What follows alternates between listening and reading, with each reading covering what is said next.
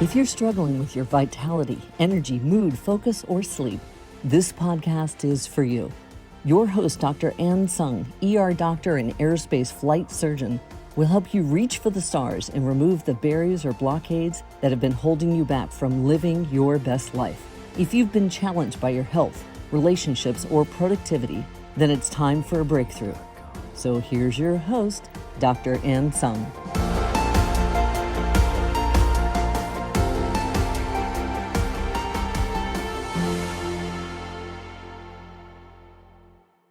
Hello, welcome to It's Not Rocket Science Show, and I'm your host, Dr. Ann Sung. Today, I'd like to talk about the concept of the gap and the gain. And what that means is that sometimes when we achieve something that we've been aiming for a very long time or a goal, a lot of times we celebrate for a little bit of time, and then the rest is we kind of beat ourselves up for not achieving as much as we thought we could, or we wanted more and more and more, and we forget to look in the past and how much we have come so far. And that's the difference between living in the gap and the gain. And that's how people are not satisfied when you have achieved a goal that you've been aiming for a long time, or if something great happened to you, and yet there's like this internal sense of discomfort that you want more and more the next step. So you're never looking back and you're always looking forward. And there's a lack of fulfillment and unhappiness that's constantly there. And the reason why I wanted to record this episode is because this happens to me all all the time. And I always have some goals that I'm setting. And once I reach it, I set the next one, the next one. And sometimes, for example, also just to let you guys know, the concept of the gap and the gains from the book by Dan Sullivan. It's an amazing book. I would suggest you guys to check it out. For example, like living in the gap. When I have sold my property in Vegas, I had a fourplex in Vegas. It was my first investment. I had zero knowledge in real estate before I bought it. And I took a course by semi-retired MD. After 1 year, I was able to purchase that fourplex. And after another year, it had appreciated and I sold it. So I told myself that it wasn't as much gain, like capital gains, as I thought it was going to be, that net gain, because during the whole process, I actually had to evict two of my inherited tenants, and essentially from the last landlord. And then throughout that process, there was like a court, lawyer fees, and etc. And then it was during COVID time. So some of my other tenants actually had to apply for rental assistance. So long story short, I had to pay some additional fees I was not anticipating. So my net gain was not as much as I thought it was going to be after I sold it. And, instead of celebrating, wow, 2 years ago, I didn't have any property, no real estate experience at all. Here I am beating myself up, telling myself, oh, I should have made way more, like double what I made so far. And I'm undergoing a 1031 exchange right now. So what that means is that all my proceeds from the current sale, the fourplex sale, will go into an exchange fund or exchange company. And the taxes on the gains can be deferred, and all of that can be used towards the next property. And now I'm living in the gap, telling myself like, hey, I have 3 properties to identify. I'm in so much stress. There's a deadline of 45 days after closing that you have to identify 3 potentials and close it within 180 days. And I'm like living in the gap, telling myself like, I'm not doing enough. I'm not seeing enough properties. And really, in order to live in the gain, to change that mindset is I got the opportunity to dive into real estate. I was able to start in my first property that gave me the gains enough to the second property that is most likely going to be double in price of what I purchased the first time. And that is an example of living in the gain, thinking of how I've come so far, comparing to the past instead of comparing to your future self. And the reason is because when you're living in the gap, you're always looking forward and you are depending on external circumstances to happen in a certain way for your happiness, for your fulfillment.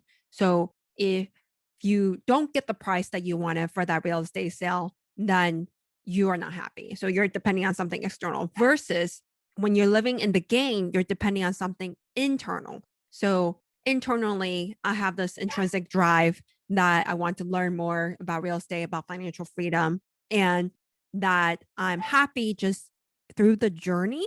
And it doesn't matter like if I, achieved a certain goal, or if I achieve like 10 units or 20 units in the future, it's okay. As long as I have learned in the process and as long as I have made any progress, I'm happy and I'm fulfilled. So that's an example of living in the gain instead. So you're dependent on your intrinsic motivation to give yourself happiness and fulfillment. And I wanted to give you another example that actually affected me quite a bit. When I had my baby and I had to pump um, every 3 hours essentially to make breast milk, I wasn't planning on going back to the ER to work so soon, but because they were short staffed and the bonus was so great, I wanted to make money for a nanny.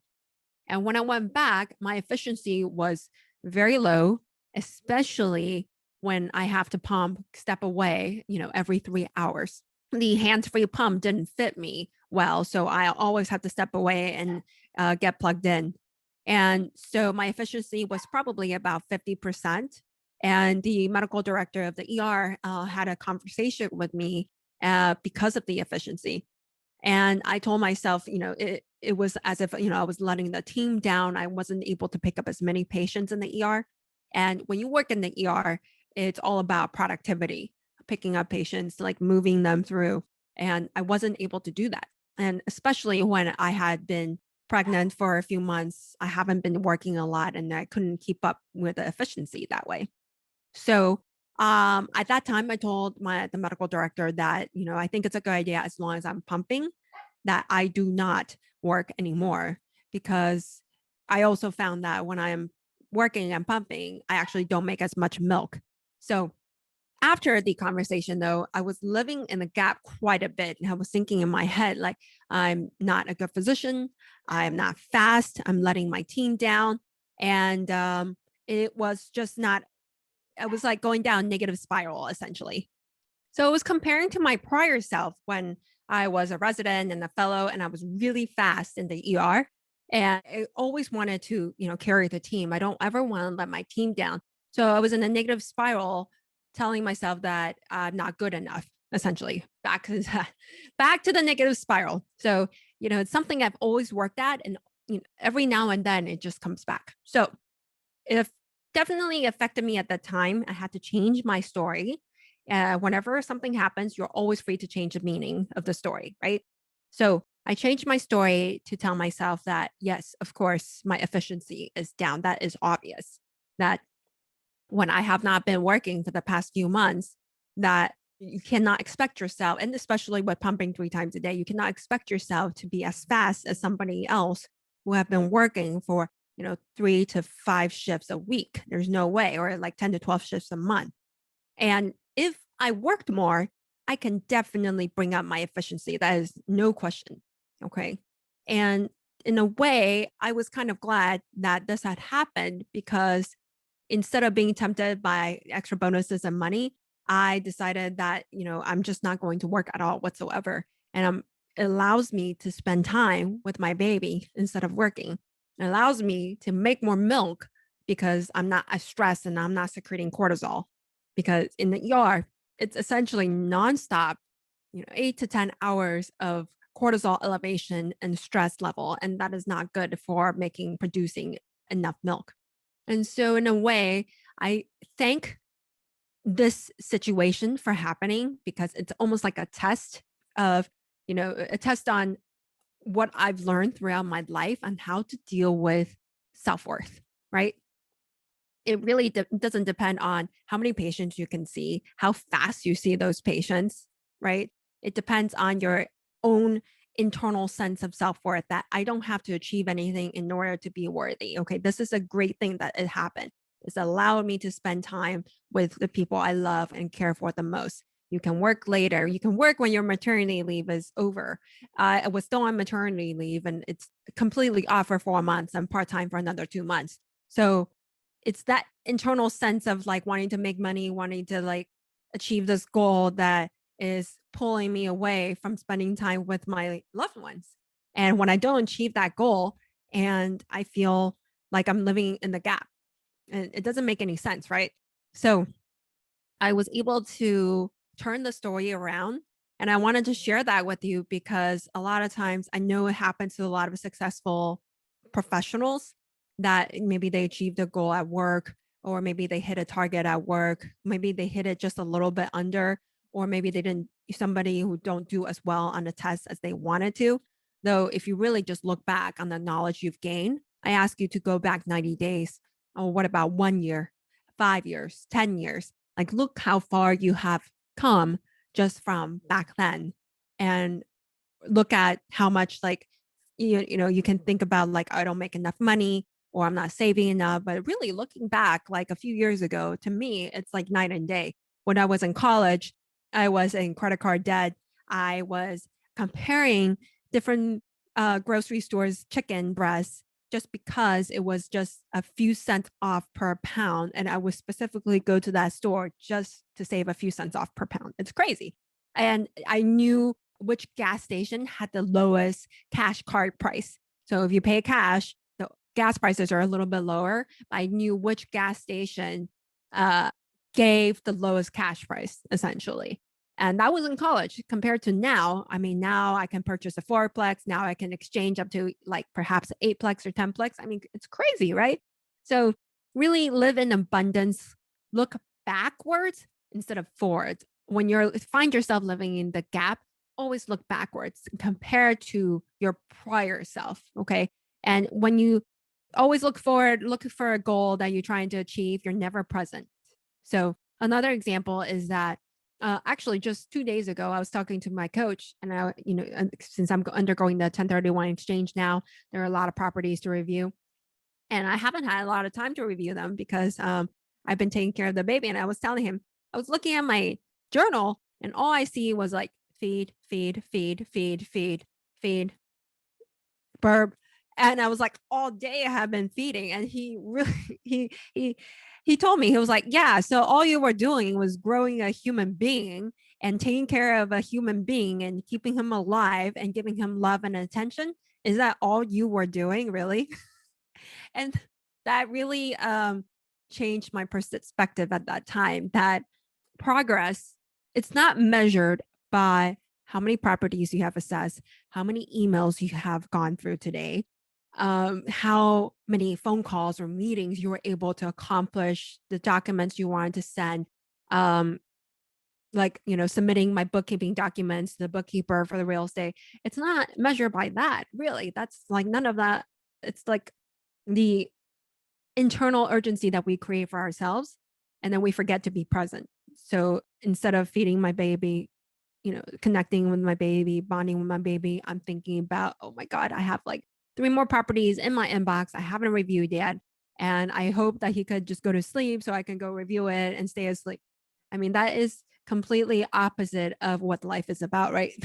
So um I want you, after this episode, really, I want you to look back, at anything that's been bothering you, anything that you feel like you've been living in the gap about, and look back 1 year, 90 days, 1 year, 5 years, 10 years, and really celebrate the progress you have made, how different of a person you are now.